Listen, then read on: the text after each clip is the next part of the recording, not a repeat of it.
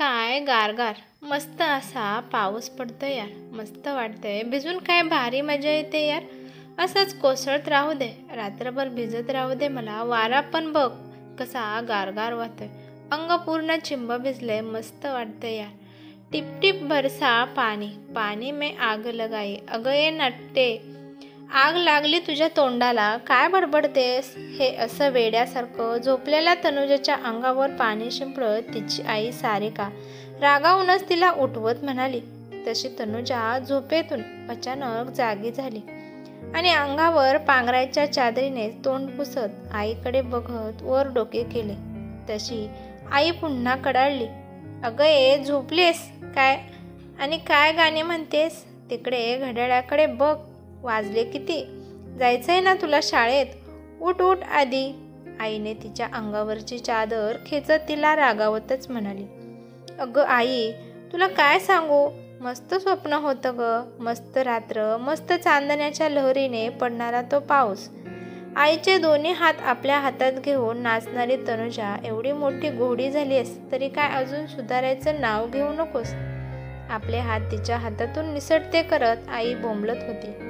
पण तनुजा तिथे थांबलीच नाही हे ऐकायला. कधीच निघून गेली होती ती तिच्या दुनियेत. सारिका, अहो ऐकत का? मला बहुतेक कळा यायला लागल्यात. सुनंदा मावशीला बोलवता का तुम्ही? तिच्याच बाजूला काम करत असलेल्या आकाशला थोड्या जड आवाजाने सारिका म्हणाली. आकाश, अगं सारिका काय होतंय? थांब, मी आवाज देतो त्यांना. मावशी, ओ मावशी, जरा लवकर येता का इकडे? प्लीज या ना पटकन. आकाशने काळजीतच मावशीला आवाज दिला. बहुतेक सारिकाची वेळ आली वाटतं. हातातली कामं बाजूला ठेवून मावशी भराभरा जिना उतरत स्वतःशीच बोलत आल्या. अहो मावशी बघा ना, सारिकाला बहुतेक हॉस्पिटलला न्यावे लागेल. आकाश, तू एक काम कर, आपल्या पहिल्या माळ्यावर मेघना कांबळे डॉक्टर आहेत, त्यांना आवाज दे आणि जातानाच कमलाताईंनाही आवाज दे. सारिका, तू घाबरू नकोस, आम्ही आहोत सगळे. आता या घडीला तुला हॉस्पिटलला नेलं तर मला वाटत नाही तू आणि तुझं बाळ सुखरूप घरी येतील. म्हणून आपण इथे घरातच तुझी डिलिव्हरी करूया असं माझं मत आहे. मावशी, माझा तुमच्यावर विश्वास आहे, पण माझं काहीही झालं तरी चालेल, पण माझ्या बाळाचं काही झालं नाही पाहिजे. मग तुम्ही काहीही करा. आपल्या बाळासाठी एक आई मावशीला रडकुंडीला येऊन सांगत होती. हेच असतं बाळ आणि आईमधलं एक अदृश्य नातं. असो. आकाश धावतच बाहेर गेला. कमलाताई आहात का घरात? हो हो, बोला भाऊ, काय झालं? अहो ताई, सारिका बघा ना. आकाशचा रडवेला चेहरा बघून कमलाताई तशाच सारिकाकडे धावल्या.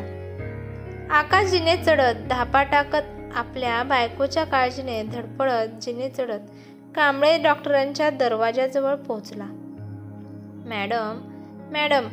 डॉक्टर आवाज ऐकल्यावर दरवाजाजवळ आल्या. मॅडम, मॅडम, तुम्ही हाला.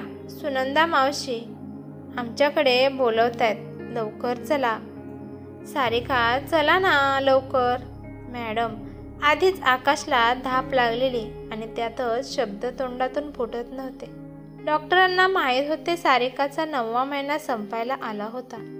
कदाचित कळा लागल्या असतील म्हणून हा धावत इथे आला असणार. तू जा आकाश, मी येते लगेच सर्व साहित्य घेऊन. 5च मिनिटात डॉक्टर सारिकाच्या समोर हजर झाल्या. बघतात तर काय, सारिका कळवळते. सुनंदा मावशींनी तर सर्व तयारी करूनच ठेवली होती. कमलाताई सारिकाच्या डोक्याजवळ बसून तिला धीर देत होत्या. सुनंदा मावशी, डॉक्टर आपण इथेच. जर डॉक्टर. हो मावशी, तुमच्या तयारीवरून माझ्या लक्षात आलंय सगळं. मेघना डॉक्टरांनी सर्व चेकअप केल्यावर. आकाश, तू बाहेर जाऊन बस, काळजी करू नकोस, सर्व काही ठीक होईल. बाहेर बस थोडा वेळ. आता सुनंदा मावशी, कमलाताई आणि डॉक्टर मेघना कांबळे सारिकाची काळजी घेण्यास घरात थांबल्या होत्या. मावशींनी थोडीफार तयारी करून ठेवल्यामुळे डॉक्टरांना खूपच मदत होणार होती. आकाश दरवाजाच्या बाहेर आला. कधी बसत होता तर कधी उभा राहून नखं चावत होता. त्याला धास्ती लागली होती. लग्न झाल्यापासूनचे दिवस त्याला आठवत होते. हातात हात घेऊन फिरलो, कुठे कुठे गेलो फिरायला, अगदी सगळं त्याला आठवत होतं. किती वेदना सहन करून या माऊली आपल्याला जन्म देतात असा विचार येताच त्याच्या अंगावर काटा आला. आपण आपल्या आईला रागात बोललेले शब्द आणि आईने ते शब्द मनात न ठेवता आपल्यावर केलेली माया सारं काही त्याला एका क्षणात आठवायला लागलं होतं. भाकरी जर करपली म्हणून आईला ओरडणारे बाबा, पण तितकेच आईवर प्रेम करणारे बाबा त्याला लगेच आठवले. आज 11 वर्ष झाली होती आई बाबांना जाऊन आणि एकुलता एक मी पोरका झालो होतो. पण सारिका भेटली आणि आपण सुधारलो. सारिकाने तर पार बदलून टाकलं आपल्याला. तसंच सारिकाचेही आई बाबा ती लहान असतानाच गेले आणि तिचा सांभाळ तिच्या मामाने अगदी पोटच्या पोरीप्रमाणे केला. आमचं असं प्रेम आहे एकमेकांवर असं मामाला सांगायला अजिबात घाबरली नव्हती सारिका. पण मामाने दाखवलेला सारिका आणि माझ्यावरचा विश्वास आम्ही तंतोतंत सार्थ ठरवला होता. शक्य होईल तेवढं मी सारिकाला आनंदात ठेवण्याचा प्रयत्न करत आहे आणि यापुढेही करीन. नव्हे, आनंदातच ठेवेन. दिवस गेलेत म्हणून मला सारिकाने सांगितले तेव्हा मी ऑफिसमध्ये होतो. फोन ठेवला आणि तसाच घरी आलो होतो. बेल वाजवून थकलो तरी तिने दरवाजा नाही उघडला. मी घाबरून गेलो. खिडकीतून पाहिलं तर ही वेडी आई होण्याच्या नादात एकटीच आपल्या तंद्रीत नाचत होती. मला बघून धावत येऊन दरवाजा उघडत एखाद्या लहान पोरीसारखं तिने मला मिठी मारली होती आणि म्हणाली, मला उचलून घ्या ना. अशीच आपली नकटी तुम्हाला एकदा म्हणेल तेव्हा आताची माझी आठवण तुम्हाला येईल की नाही बघा. मग काय घेतली उचलून आणि दोघेही नाचलो होतो अगदी मनमुराद आनंदाने. अरे आकाश, आकाश, ए आकाश. काय, अरे कुठे हरवलास होतास? विचार कसला करतोयस? ए आत ए. सारिका आपल्या बाळाला घेऊन हसत होती. ते तिचं हसणं बघून आकाश गहिवरला. तू ठीक आहेस ना? सारखा मानेनेच हो म्हणाली. आज तू मला एक बाप म्हणून समाजात नव्याने जन्म दिलास म्हणून तुझे खूप खूप धन्यवाद. सारिकाच्या कपाळावर आपले ओठ टेकवत आकाश तिलाच ऐकायला जाईल असं हळूच म्हणाला, सुनंदा मावशी. आकाश, लेक झालीये तुला. लक्ष्मी आलीये घरात. डॉक्टर, हो. आकाश, पहिलीच लक्ष्मी झाली आहे. सुंदर असे नाव ठेवून ती सगळे मिळून बारसे करू आपण. कमलाताई, आकाश भाऊ, लक्ष्मीची पावले लाभली आहेत. बाप झालात. अभिनंदन तुमचं. आपल्या सर्वांचे हे उपकार मी कधीच विसरणार नाही, अगदी जन्मभर. आकाश गहिवरून म्हणाला. सगळे संध्याकाळपर्यंत तिथेच थांबले होते. डॉक्टरांनी दोघांनाही काही सूचना केल्या आणि त्या थोड्या वेळाने निघून गेल्या. कमलाताई सारिकाला सर्व गोष्टी सांगून तिचा तात्काळ निरोप घेतला. मावशी, तुम्ही राहा इथेच. आकाश म्हणाला. अरे तू सांगून मी राहणार आहे होय? माझी लेक आहे ही, माझी इथेच राहणार आहे. तू सांग, नाही तर नको सांगू. आकाश गहिवरला आणि मावशीच्या कुशीत जाऊन पोरासारखा रडायला लागला. सारिका हे सगळं पाहत होती. तिच्याही डोळ्यातून अश्रू आले. आकाश सारिकाजवळ जाऊन बसला. बाळाला न्याहाळत त्याने तिच्या डोक्यावरून हात फिरवला. मी म्हणाले होते ना एक दिवस तुम्हाला आपली लेक अशीच उचलून घ्यायला सांगेल म्हणून. बघा आता तसंच होणार आहे. कांबळे डॉक्टरांच्या सल्ल्याने बाळाचे वारस 12 दिवसांनी न करता 1 महिन्याने खूप आनंदात पार पडले. खूप माणसे आली होती. आकाशच्या ऑफिसची लोक, सारिकाच्या मामाकडे सर्व मामा मामींनी तर भरभरून आशीर्वाद दिला. पोरी अशीच खुश राहा, सुखी राहा. आमचे आशीर्वाद सदैव तुझ्या पाठीशी आहेत आणि माझ्या पाठीशी कोण ठेवणार आशीर्वाद? असे म्हणत आकाश खाली वाकत मामा मामींच्या पाया पडला. अहो, तुमच्यासारखे जावई आम्हाला मिळाले यातच आमचे भाग्य. मामा जावयाला मिठीत घेत म्हणाले. यावेळीही डॉक्टर सुनंदा मावशी, कमलाताई यांची खूप मदत झाली. सर्वांच्या एकमताने नाव ठेवले होते स्वराली. तनुजासारखी आकाश जगदाळे 2 वर्षाची इटुकली पिटुकली पावले घरभर धावत होती. आकाश आणि सारिकाला तिच्या मागून धावायला दिवस पुरत नव्हता. दिवसामागून दिवस हसत खेळत जात होते. मुलीच्या संगोपनात सारिका आणि आकाशने कसलीही कसर सोडली नव्हती. खेळणी, खाऊ अगदी दररोज मिळायला चालू झाले लेकीला. मग काय, पाठीवर बसून घोडागाडी करत खबडक खबडक घोडोबा चालायचे, तर कधी उचलून घेऊन खांद्यावर बसून हिंडायचे सगळीकडे. सारिका जेवण करत असताना तर कधी पुस्तक वाचताना मध्येच तनुजा यायची. बोबड्या बोलीत बडबडायची. खूप मस्त वाटायचं लेकीचं ते बोबडे बोल ऐकायला दोघांनाही. बघता बघता तनुजा 6 वर्षाची झाली. शाळेत नाव टाकले. लेक शाळेत जाऊ लागली. पाठीवर छोटीशी कार्टूनची बॅग घेऊन लेक तयार झाली की पप्पा चला ना मला सोडायला असे लाडानेच बापाला आवाज द्यायचे. सारिकाला तिच्याशिवाय राहवतच नसे. कधी एकदा शाळेतून घरी येते असं व्हायचं. घरी आली की मग शाळेतल्या घडलेल्या गोष्टी सांगत बसायचे. किती किती बोलायचे. अगं जरा दम घे ना.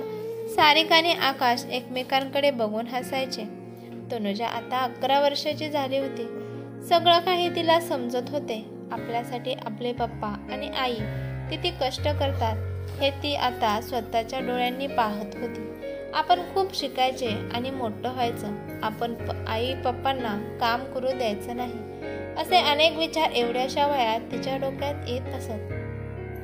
सगळे खूप आनंदाने चालले होते. मस्तीत मजेत. एक दिवस आकाश तनुजाला शाळेत सोडून आला. सारिका आणि तो लेकीसाठी संध्याकाळी काहीतरी गोड बनवून खायला द्यायचं म्हणून गोडाचं करत बसले होते. सारिका, अगं ये सारिका, सारिका. सुनंदा मावशी हाकेवर हाक मारत होत्या त्यांचे ओरडणं ऐकून.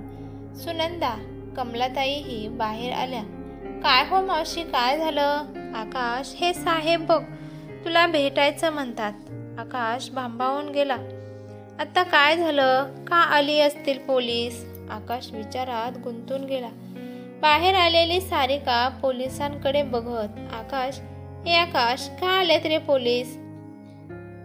सारिकाच्या आवाजाने भानावर आला नी पोलिसांशी बोलू लागला. साहेब, काय झालं हो? तुम्ही इथे आमच्याकडे? साहेब नमस्कार, मी इन्स्पेक्टर दीपक करे. आपल्याला माझ्याबरोबर पोलीस स्टेशनला यावे लागेल. आकाश, पण काय झालंय?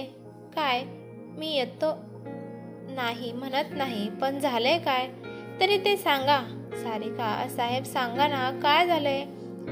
काय यायचंय आम्ही पोलीस स्टेशनला? सारिका रडतच बोलत होती. साहेब चला, मी सगळं सांगतो, गाडीत बसा आधी. साहेब, भाऊ यांना सावकाश गाडीत बसवा आणि चला गाडी काढा. साहेबांनी भाऊ हवालदार यांना सूचना केली. भाऊ, हो हो साहेब. आकाश गाडीत बसला. सगळे बघत बसले होते. कोणाच्या अद्यात नसणाऱ्या माणसाच्या घरी पोलीस? सगळे विचार करत होते. सारिका पार कोलमडून गेली होती. पोलिसांची गाडी शाळेच्या दिशेने चाललेली दिसल्यावर आकाशने प्रश्न केला. साहेब, गाडी शाळेत का नेताय? आकाश, आपण आधी तिथे जाऊ, नंतर बघू. इन्स्पेक्टर दीपक करे, अहो दादा चला, तिथे गेल्यावर आपल्याला समजेलच. भाऊ गाडी गेटच्या आत आली. आकाश गाडीतून उतरला, तसा समोर पाहिलं आणि तसाच खाली बसला. डोळ्यावर अंधारी आली. चक्कर येऊन तो खाली पडला होता. भाऊ, गाडीतून पाणी घेऊन या. साहेब ओरडलेच. भाऊंनी धावत जाऊन साहेबांच्या समोर पाण्याची बॉटल तिरकी केली. पाणी हातावर घेऊन साहेबांनी आकाशच्या तोंडावर मारत त्याला सावरून बसवले. आकाश जागा झाला. शुद्धीवर आला. तसा मोठमोठ्याने रडू लागला. समोर पांढऱ्या कपड्यात गुंडाळलेली त्याची 11 वर्षाची लेक होती. काय झालं असेल त्या बापाचं? किती स्वप्न रंगवली होती आपण तिच्या आयुष्याची, आणि हे काय होऊन बसले? आकाश पार कोलमडून गेला होता. तसाच डोपर घासत तनुजाजवळ गेला आणि तिचं डोकं आपल्या मांडीवर ठेवून दाय मोकलून रडू लागला. तनुजा, माझी तनुजा, ए तनुजा. ती आर्त आरोळी ऐकून सर्वांचे डोळे पाणावले. इन्स्पेक्टर दीपक करे, आम्ही तुमचे दुःख समजू शकतो, पण आता आपल्याला इथून घरी जायचे आहे. आपले डोळे पुसत साहेबांनी आकाशला सावरले. तनुजा शाळेत मैत्रिणीबरोबर खेळताना कुठेतरी तिचा पाय अडखळला आणि ती पडली. ती बरोबर तिचं डोकं मागच्या बाजूला एका दगडावर खूप जोरात आपटले. तिने एक किंचाळी फोडली आणि ती जागीच. इन्स्पेक्टर साहेब, भाऊ, ॲम्ब्युलन्स कुठे आली आहे बघा. भाऊ आपले भिजलेले डोळे लपवत म्हणाले. ही काय आली आहे साहेब ॲम्ब्युलन्स. तनुजाला ॲम्ब्युलन्समध्ये ठेवले गेले आणि बाजूला आकाश, त्याच्या एका बाजूला साहेब, दुसऱ्या बाजूला भाऊ. आपल्याच मुलीच्या पार्थिवाजवळ बसून कोण बाप शांत बसेल. आकांड तांडव केला होता त्याने. आपल्या डोळ्यातून अश्रूंच्या धारा वाहवत आकाश खूप काही बडबड करत होता. दादा सांभाळा स्वतःला. भाऊ आपला रडवेला आवाज दाबत बोलले. आकाशला सावरत इन्स्पेक्टर म्हणाले, एक बाप आपल्या मुलीवर किती प्रेम करतो हे आम्हाला माहिती आहे, पण तुम्ही शांत व्हा. एरवी इतक्यात कठोरपणे वागणारा माणूस हा आज एवढा हळव्या मनाचा आहे हे भाऊंना आज नव्याने कळले होते. ॲम्ब्युलन्स दरवाजात आली. आकाश उतरला आणि सरळ सारिकाकडे धावला. काय झालं असं विचारायला तोंड उघडणार तेवढ्यात सारिकाला खाली उतरवताना आपल्या लेकीचा चेहरा दिसला आणि ती कोसळलीच, खाली पडली. पण कमलाताई बाजूला होत्या. त्यांनी तिला सावरलं. एक साथ सगळ्यांनी हंबरडा फोडला आणि सर्व परिसर रणवेला झाला. जो येत होता त्याच्या डोळ्यातून अश्रू वाहत होते. त्याच वेळी कांबळे डॉक्टरही तिथे आल्या.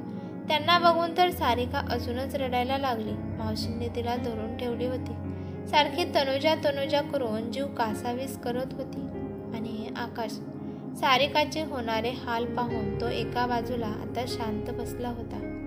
कसलीच रेषा त्याच्या चेहऱ्यावर जाणवत नव्हती. अगदी शांत. तनुजा तनुजा ए तनुजा.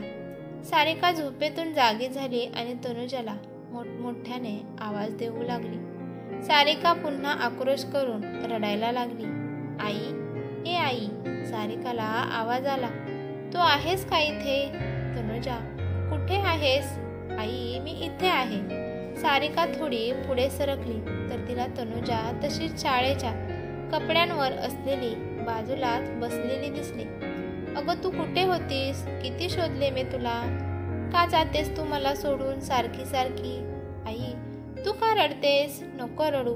मी नेहमी तुझ्याजवळच असेन. मी तुला सोडून कधी कुठे जाणार नाही. सारिकाच्या डोळ्यातून येणारे अश्रू आपल्या दोन्ही हाताने पुसत होती. तनुजा आकाश आकाश कुठे आहात तुम्ही? आपले तनुजा आले बघा. आकाश धावतच सारिका जवळ आला. अहो ही बघा आपली तनुजा इथेच आहे. ही बघा दिसली का तुम्हाला? आकाश सारिकाला मिठी मारून जोरजोरात रडू लागला. पुन्हा सारिकाच्या डोळ्यातून येणारे पाणी पुसत तनुजा सारिका आकाश जगदाळे आपल्या दुनियेत निघून गेली. सारिका लेकीच्या पाठमोऱ्या आकृतीकडे पाहतच राहिली. लेकीचा पुन्हा आवाज आला. आई पप्पा मी येईन परत, नक्की येईन. या वेळेला तो आवाज आकाशनेही ऐकला आणि पुन्हा दोघं एकमेकांच्या मिठीत एकमेकांना एकमेकात सामावून घेऊन रडू लागले. ही कथा तुम्हाला कशी वाटली ते मला कमेंट करून नक्की सांगा. कथा आवडल्यास लाईक शेअर नक्की करा आणि चॅनलवरती नवीन असाल तर चॅनलला सबस्क्राईब करा. धन्यवाद.